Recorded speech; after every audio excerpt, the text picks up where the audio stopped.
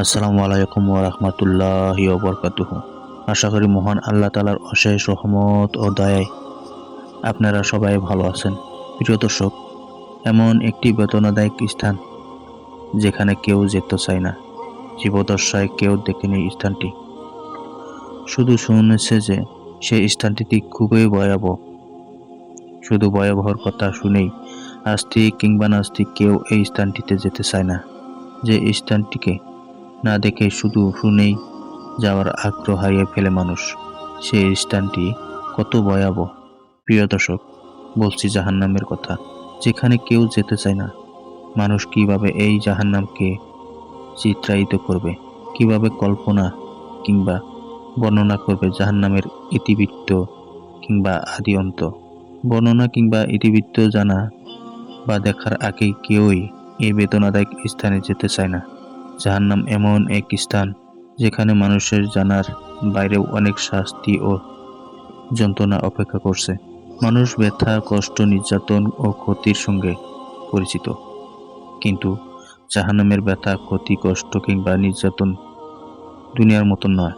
আবার এসবের অনুষঙ্গ, হাতিয়ার ও কার্যকারিতাও দুনিয়ার মতো নয়। দুনিয়াতে মানুষকে নির্যাতন করা হলে কিংবা কষ্ট দিলে মারা যায়, কিন্তু সেখানের ব্যথা, কষ্ট, নির্যাতন যতই বেশি হোক না কেন, কষ্ট দেওয়ার অনুষঙ্গ যত শক্তিশালী হোক না কেন, মানুষ সেসব কষ্ট, নির্যাতনে মৃত্যুবরণ করবে না। এই কারণেই মানুষ জাহান্নামের ভয়াবহতা তথা আযাব থেকে বেঁচে থাকতে মহান আল্লাহর কাছে প্রার্থনা করে।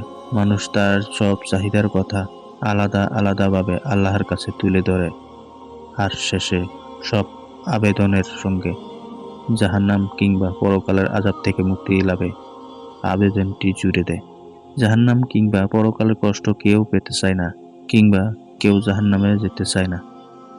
কারণ কুরআনুল কারীমের অনেক আয়াতে জাহান্নামকে খুবই শক্তিশালী এবং ভয়ঙ্কর হিসাবে তুলে ধরা হয়েছে।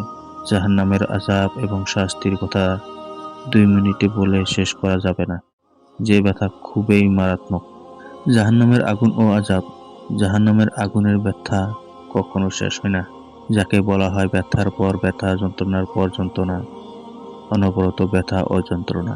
জাহান্নামের নির্যাতনে চিৎকার, দুঃখ, হতাশা, উদ্বেগ, ভয়, আঘাত, ব্যথা এত ব্যাপক আকার ধারণ করবে যে মানুষ নিজেকে হত্যা করতে চাইবে, কিন্তু সেখানে তা করতেও সমর্থ হবে না। সেখানে জাহান্নামীরা মরে যাওয়াকে ভালোবাসবে, সেখানে মানুষ তাতেও অব্যাহত পাবে না।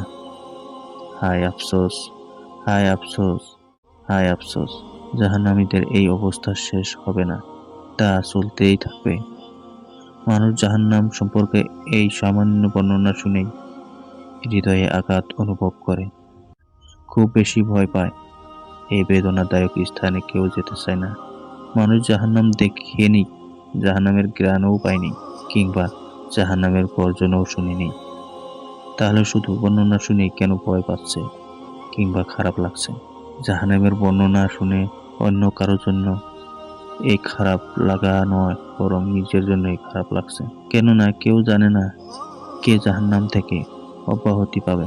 সুতরাং মহান আল্লাহর কাছে প্রার্থনা, আল্লাহ তাআলা মুসলিম উম্মাহকে জাহান্নামের এই ভয়াবহতা ও আযাব থেকে রক্ষা করুন। সুন্দর ও অনাবিল শান্তির স্থান জান্নাত দান করুন। আর সব সময় আল্লাহর কাছে এই দোয়া করুন, হে আল্লাহ, আমাদেরকে বেহেশত দান করুন এবং জাহান্নাম থেকে মুক্তি দিন।